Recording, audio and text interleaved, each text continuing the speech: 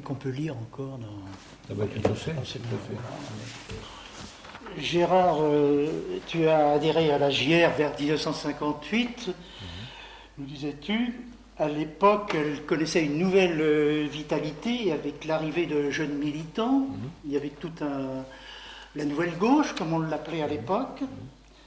Par contre, la JR était traversée par divers courants. Les résultats n'ont pas été à la hauteur des espérances.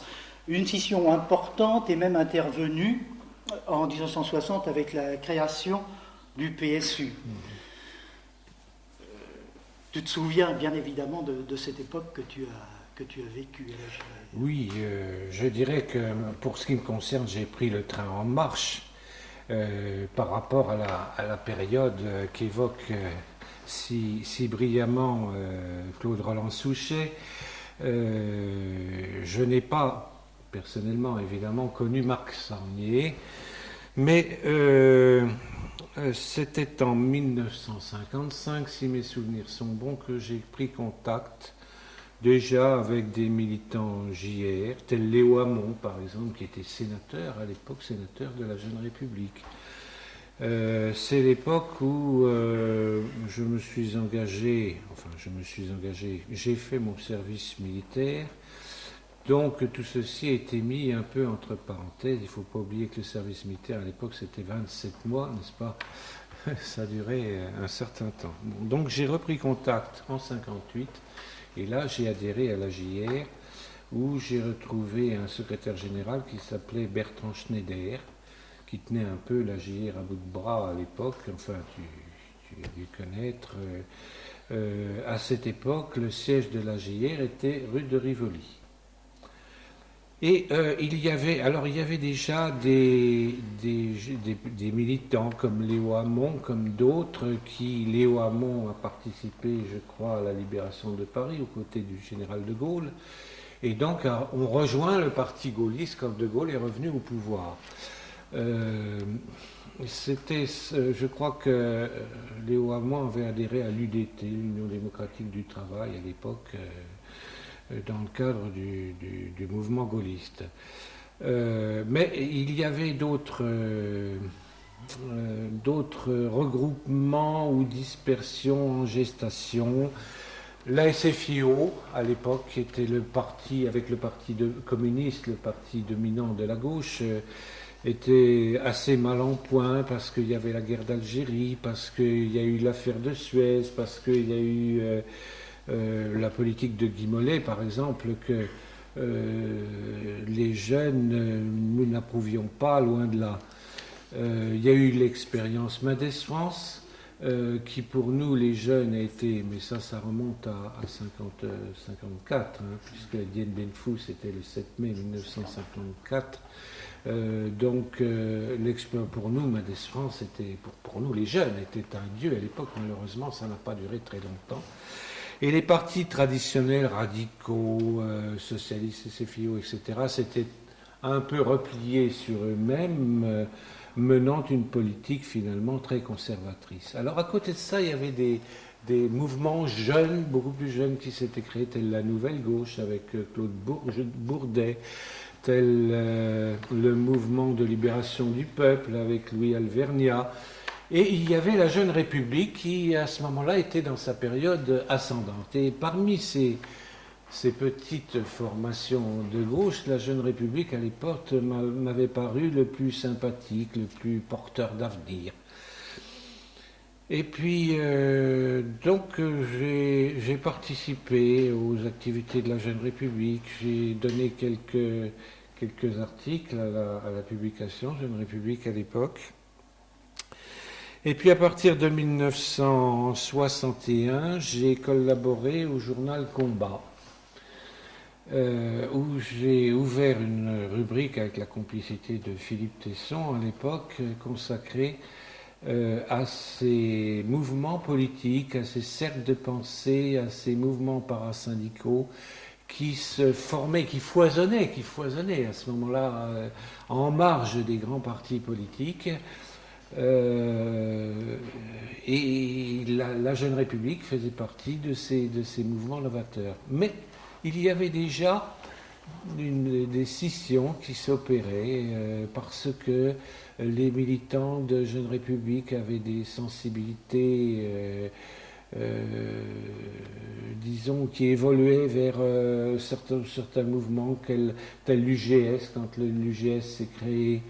L'UGS, l'Union de la gauche socialiste, qui regroupait un certain nombre de mouvements préexistants, Nouvelle Gauche, MLP, etc., qui devait devenir par la suite le PSU, alors qu'à côté de la SFIO, s'était créé le PSA, le Parti Socialiste Autonome. Tout cela bouillonnait, étaient des mouvements en gestation, et qui attirait probablement parce que l'union faisant la force, n'est-ce pas, un certain nombre de militants s'imaginaient qu'ils auraient plus de pouvoir à l'intérieur de ces mouvements. Ce qui, entre nous, s'est révélé par la suite une erreur. Par la suite, j'ai été happé, si je puis dire, par le Cambodge. Bon, à partir de 1963, comme j'ai expliqué tout à l'heure encore à Claude Roland-Souchet, j'étais parti à un mouvement de l'Union pour une fédération mondiale qui se tenait à Tokyo, et puis je me suis arrêté à Phnom Penh et j'y suis resté comme journaliste correspondant de presse pendant 5 ans. J'ai donné des correspondances du reste à la Jeune République qui les a volontiers publiées. En 1968, je suis revenu, donc c'était le 9 avril, à la veille des événements que vous savez, qui m'ont pas tellement surpris, qui m'ont surpris plutôt par leur ampleur, mais pas tellement sur le fond, d'après la perception que je pouvais en avoir même à l'extérieur.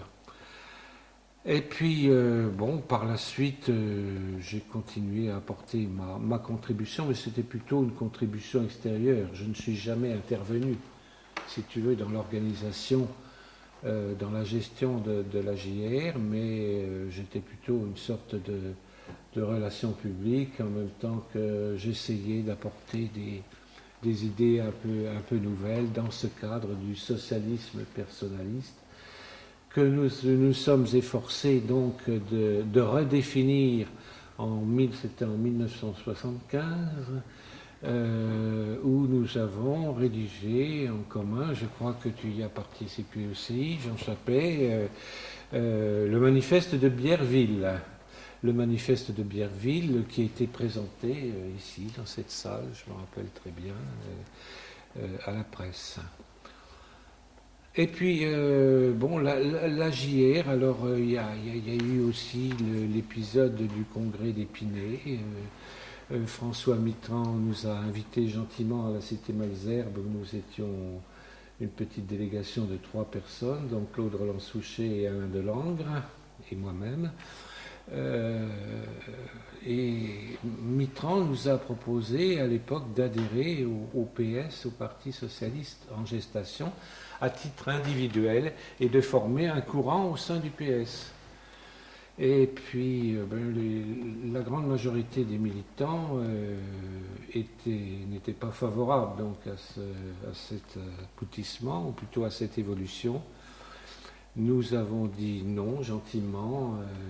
Nous voulons rester nous-mêmes, Jeune République qui était présidée à l'époque par un homme qui s'appelait Maurice Lacroix, si ma mémoire est bonne.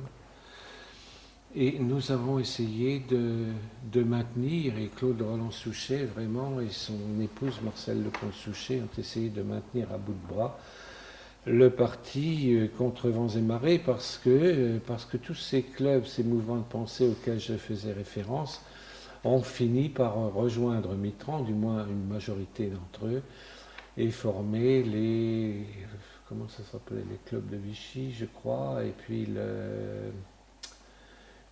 tous ces rassemblements qui ont abouti à la FGDS, et puis Objectif 72, c'était encore autre chose, c'était Robert Buron, ça. Robert Buron, que je connaissais bien, qui a essayé aussi de lancer un mouvement de rassemblement des mouvements pacifistes, fédéralistes, etc., mondialistes, auxquels j'ai collaboré. également.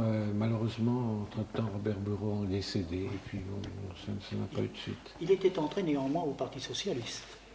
Il était entré à la fin au Parti socialiste, oui. Alors, c'est très difficile, n'est-ce pas, de dire est-ce une réussite, est-ce un échec? C'est un échec manifestement, en ce sens que la Jeune République qui en 1963, avec des gens comme Charles Hernu, comme d'autres, avait donné l'impulsion à un rassemblement de la gauche démocratique non communiste en France, la Confédération générale des forces de gauche, c'est ainsi que je le voyais personnellement, c'est-à-dire que dans cette organisation, chaque mouvement, chaque cercle de pensée garde son organisation, garde ses organes de presse, etc., mais met dans un panier commun un certain nombre d'idées sur lesquelles tout le monde est d'accord. Et sur cette base-là, j'avais suggéré aussi que ça n'est pas tombé dans l'oreille d'un sourd, mais là aussi ça n'a pas été une réussite, la formation d'un contre-gouvernement de la gauche socialiste. Finalement, la gauche, c'était François Mitterrand à partir de 1981. La Jeune République a donné son accord, du reste, au vote en faveur de